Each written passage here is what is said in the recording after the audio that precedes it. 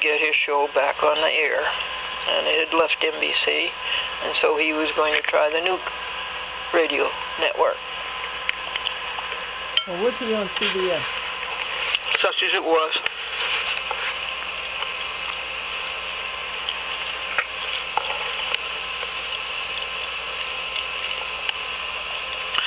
Again, I continued the opportunity of going into the control room and talking to the engineers and learning all kinds of things. I learned a path through the bowels of the NBC building.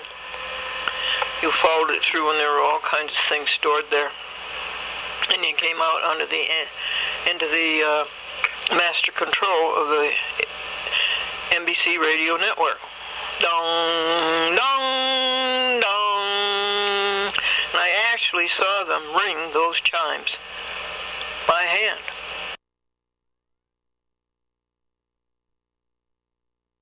Engineers and learning all kinds of things. I learned a path through the bowels of the NBC building. You followed it through and there were all kinds of things stored there. And you came out into the master control of the NBC radio network. Dong, dong, dong. And I actually saw them ring those chimes by hand with a mallet. Well, Bob Hope let me be on his after show to tell jokes, and they made me a copy of that. And I thought I still had that. It was on a platter, but it's nowhere to be found today. It was a recording of my appearance on the NBC Bob Hope after show for the studio audience. Too bad that it's lost. And I tried, and I was afraid, but I did it.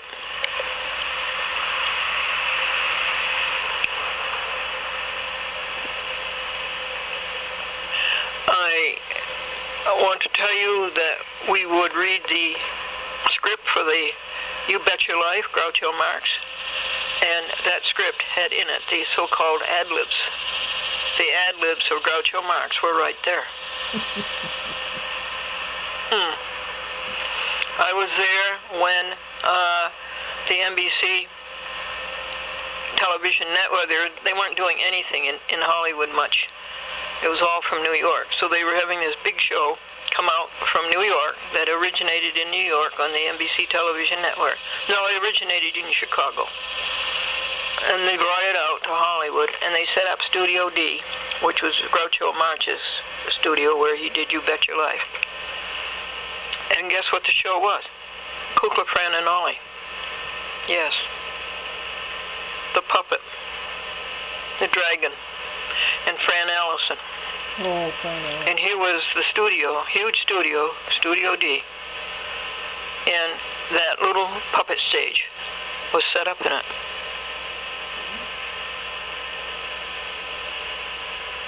Well, I saw it. I saw it go out over the network. Of course, there was no tape. Also, I saw the Colgate Comedy Hour. NBC had bought the El Capitan Theater, which was up on Vine Street beyond Hollywood Boulevard by 2 or 3 doors. And they had converted it as best they could into a television studio. The proscenium was still there, and it was still a theater. And I saw Martin and Lewis. They are so gifted, and it was live.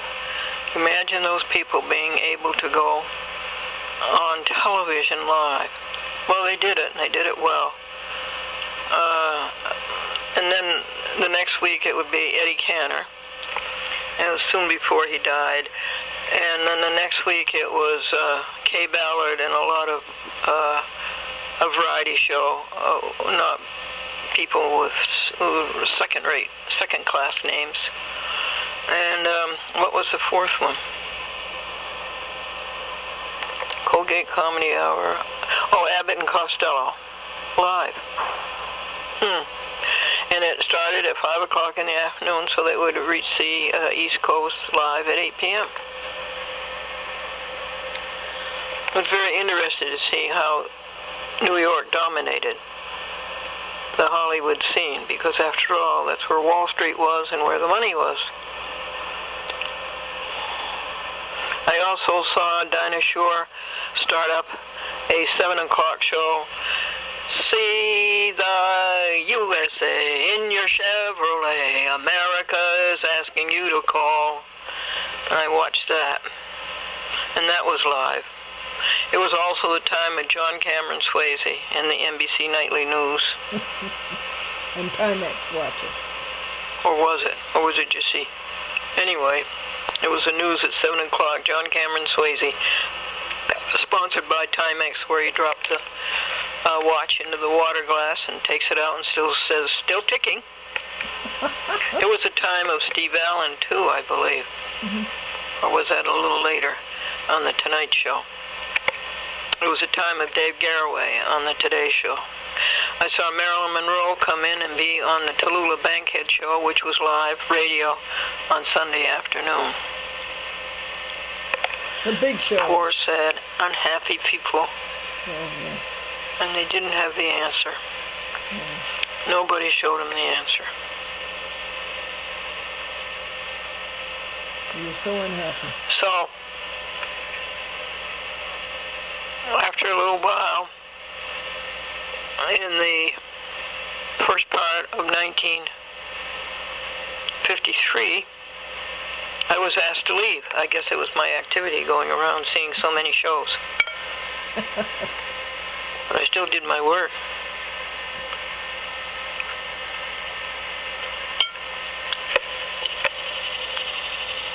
Which was to run the mimeograph machine. One man's family, we had their scripts, 5 of them a week, sponsored by Speedy Alka-Seltzer. Miles Laboratories. We did the Dragnet radio show, and that was going on upstairs. And we proofread that, and they asked me to take the scripts up. We had a night crew, and that was my job, come in at 3 o'clock at work at night and run the mimeograph machines. 2 girls ran them during the day.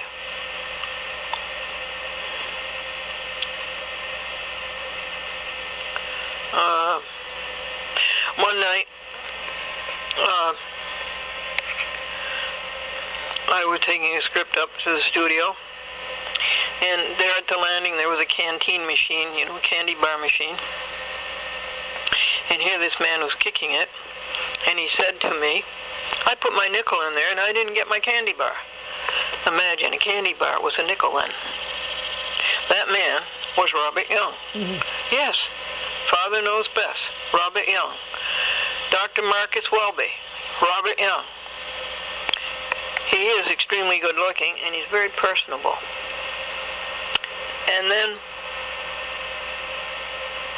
Mr. Paris took me to his dentist in downtown Los Angeles. It was a long way down the Hollywood freeway. And one day I saw Nat King Cole going down there, and he was very angry at the car in front of him.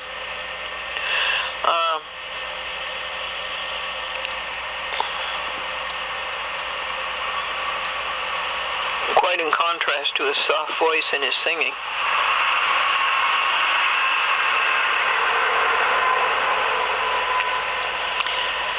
And so Mr. Paris's dentist decided the best thing was to pull all 4 of my front teeth, all my incisors, make a bridge for it, and insert the bridge. Well, the morning came, and it happened, and all 4 of them were pulled out, and I think some others were pulled out because of decay. And so they said, put the bridge in right away, and if you can, keep it in all day, and keep it in all night, and keep it in all the next day. And I did that. Imagine that, after that intense operation. And I went to work at 3 o'clock in the afternoon. then that night again, I met Robert Young, and he said something to me about, you look different. Something's different about you. You look better. He didn't know that it was the new bridge. Now this new bridge was gold. It was not even a second thought for gold. It was a first thought, gold.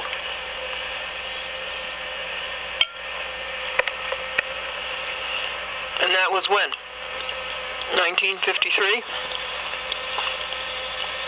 And I still wear it today. 1980. 2009, I mean. What is that, 60, 65 years ago? Isn't that amazing?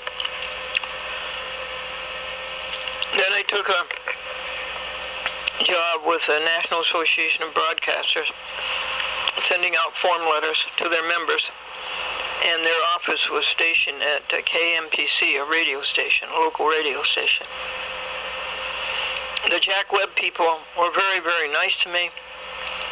They sent over a photographer to take my pictures, and the photographer took different pictures and different poses. Then they made up a card, and the card was large. It was 5 inches by 4 inches. And to help me in my career, to get engagements, to do my comedy and get experience. And that job didn't last. And I went back to New England.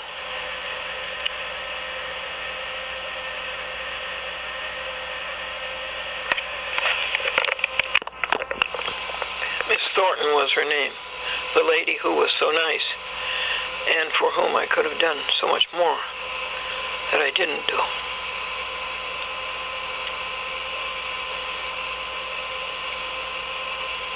The insurance man came about the streetcar, and I said right away to him, he wanted to get a statement from me, and I said right away to him that it was my fault. So he packed up his briefcase and his little typewriter, and he went.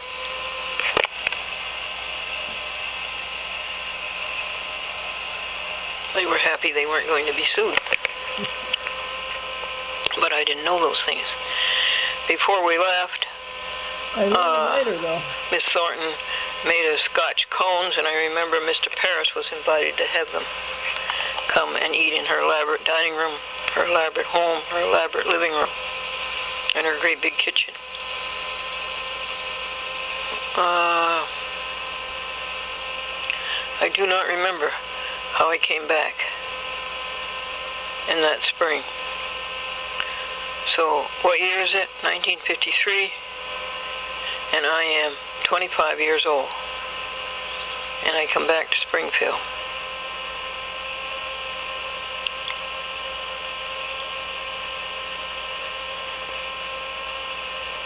And I believe my mother and father had left Hiawatha Street and had moved over near American International College, just north of it, or rather east of it, onto Colonial Avenue, 19 Colonial Avenue.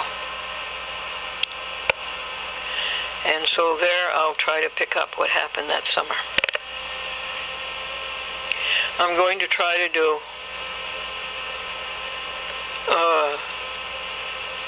a decade in 3 days.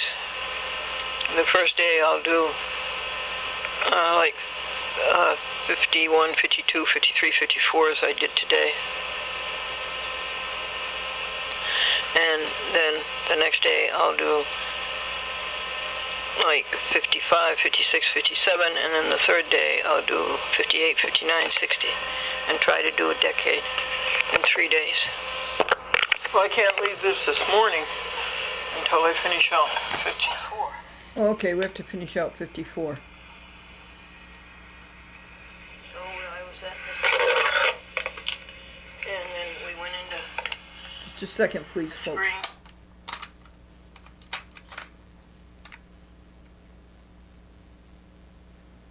I think we'd better finish this side.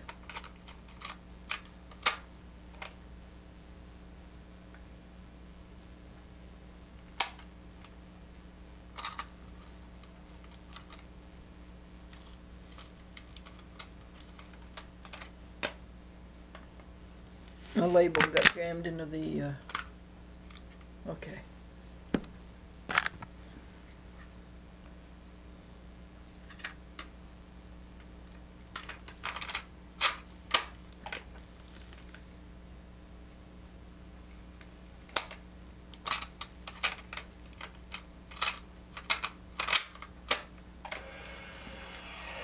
And it became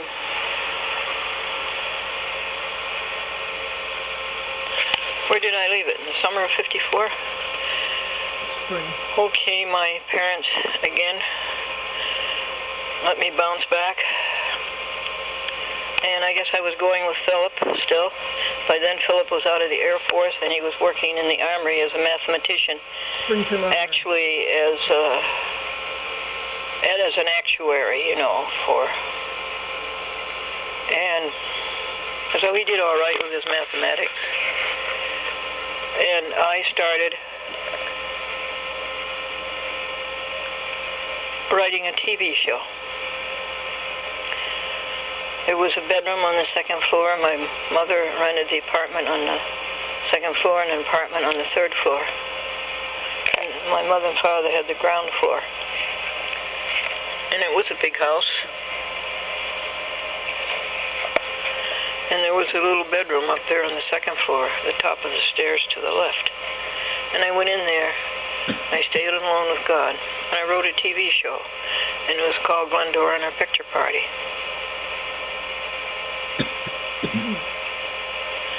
And it was a story, an incident out of a famous American's life. I asked an artist to illustrate in 6 pictures the story. And this artist was a librarian at the Springfield Public Library. And she did artwork for the Springfield Public Library. And the game was for a child to come in and tell the story that he saw in the pictures. And then a second child would come in and tell the story that he saw. And whoever got the closer was to get the prize. Well, I put that under my arm and I went to TV station after TV station and tried to get them to buy the idea. One TV station I went to was a brand new one, WMGT, Mount Greylock Television, Pittsfield, Massachusetts. Leon Podolsky, who was an officer in the company of Sprague Electric, I believe, in North Adams or Adams. And he was determined that Pittsfield was going to have a TV station of its own. And it was a UHF. And the number was channel 74. UHF started at channel 14. VHS goes up as far as 13, and then it's UHF. It's a shorter signal and a weaker signal, but all the other VHF signals were taken. So you have the limitation, channel limitation of television early on, channels 2 to 12, 14, 13. Well, no. Well, yes. Bill Geary, who was a sales manager and a veteran just back from some service, and very much a military man, he was the sales manager. Just made himself sales manager, and he went out and he thought that he could sell this program. And in the meantime, they asked me if I would work in scripts and the secretary and general helper and write commercial copy. Well, I took the job. It was 50 miles from Springfield. It was into the Berkshires, and it was fierce in the wintertime. Let me tell you, it was fierce. And having come from California, it was so strange for me to witness that snow. So I worked there, and I stood the winter of 1954. And I had a very nice room in a house, which was a boarding house, and they had General Electric people there because General Electric dominated Pittsfield. And then I got a room in a house, and I had to take a bus for that, and I had to get off the bus and walk down a path and go over a bridge, a footbridge, to the room where I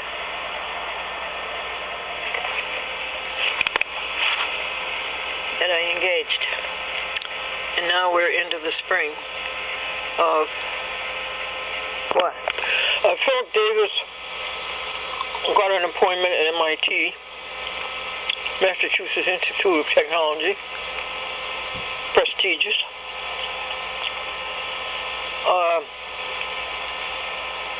He and I talked about getting married, and we took the train from Springfield one day to go to Cambridge and look around for places to live. And no matter what, I didn't want to be married. I had things to do and other things to accomplish, and I was driven by this television career. I had no maternal instinct, and even though I didn't want to hurt him, and I felt sorry for him, on the train back, I told him, I don't want to be married. And I don't know if we saw each other after that or not, but I guess that was pretty much the end. Now, I didn't tell you about Franklin Buell all these years. Franklin Buell was still enamored, I believe, of Ethelyn Evans. And he came all the way out on his vacation from the Springfield Union to Berkeley, California to see her. I don't think she was very nice to him. And I felt sorry for him. And so I tried to make up for his must have been a terrible disappointment. And I know he was there at Thanksgiving time, and it was so funny not to have any snow on the ground in Berkeley and have it raining. Although that was a sunny day. So he went back. Franklin Buell went back to Springfield and continued his work as a reporter for the Springfield, Massachusetts Union.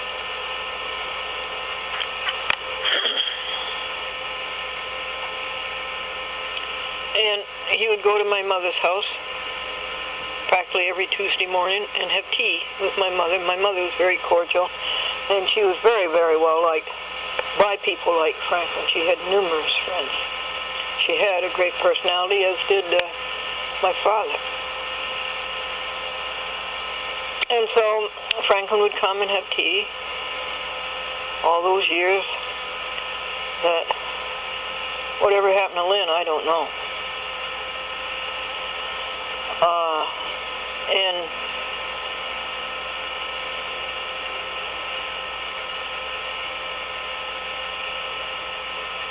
so this friendship was kept going with Mother and my Franklin. I mean, with my mother and Franklin. And when I took the job in Pittsfield, Massachusetts, Franklin was very good about giving me rides up there from Springfield. And when I got my check, Franklin was very good about cashing it and putting it in my bank account. And he was very good about coming to see my mother, and I saw him then. This was during the year 53. Now, how many years ago had I met Franklin? 49. That'd be 4 years ago. And Bill Geary did sell the show. He sold it to a farm.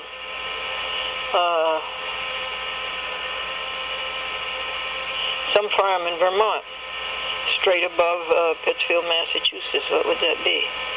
Fairdale Farms. And he sold it. And I went up and I met the man who owned the farm, and I saw his shoes. His shoes were over the ankle, and then with sort of the grommets or the hooks, where the lacing went up to the above the ankle. A farmer man. And the show went on the TV that spring, and it went on every Saturday night around 6 o'clock. And I had little children guests, and one of them was Madeline from North Adams. Wow. A regular little fan. And I got fan mail, and I got the names of people who wanted to be on the show. You couldn't get the TV station in Springfield. It was just snow. A very faint WMGT test pattern would come in every now and then. And in the meantime, the whole scene was dominated by WRGB, Schenectady General Electric. General Electric, who pioneered in television as early as 1928. And the war was over, and so television was going. And it was a big thing in people's lives. It was. That's it, folks.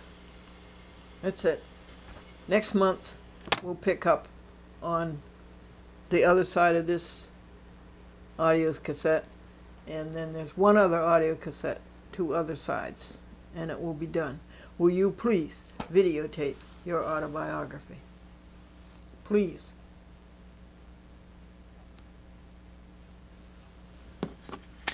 A husband said that husbands are like wine. They get better with age. And a wife who heard that said, if I'd known that, I would have kept mine in the cellar. You heard about the woman who got married 4 times. First she married a banker. She married an actor. Then she married a minister. And then she married an undertaker. 1 for the money, 2 for the show, 3 to get ready, and 4 to go. You heard about the couple who couldn't afford, when they got married, they couldn't afford to go to Niagara Falls, so they went to the car wash instead. And a woman was heard to say that housework is so dreary. You wash the dishes, you make the bed, you take the garbage out, and in 2 weeks you have to do the same thing over again. A house had a sign on the front lawn that said, drum set for sale. And the house next door put up their sign, and it said, hooray! Do you know about a midget fortune teller escaped from jail? And the headline in the newspaper was, small, medium, at large. You know when you're getting middle age, folks. You go out and you're faced with 2 temptations, and you'll take the one that will get you home at 9:30. And there's only one thing that money cannot buy. That's poverty. You need credit cards for that. And the father says, son, you have to learn from the mistakes of others. You don't have time to make them all yourself.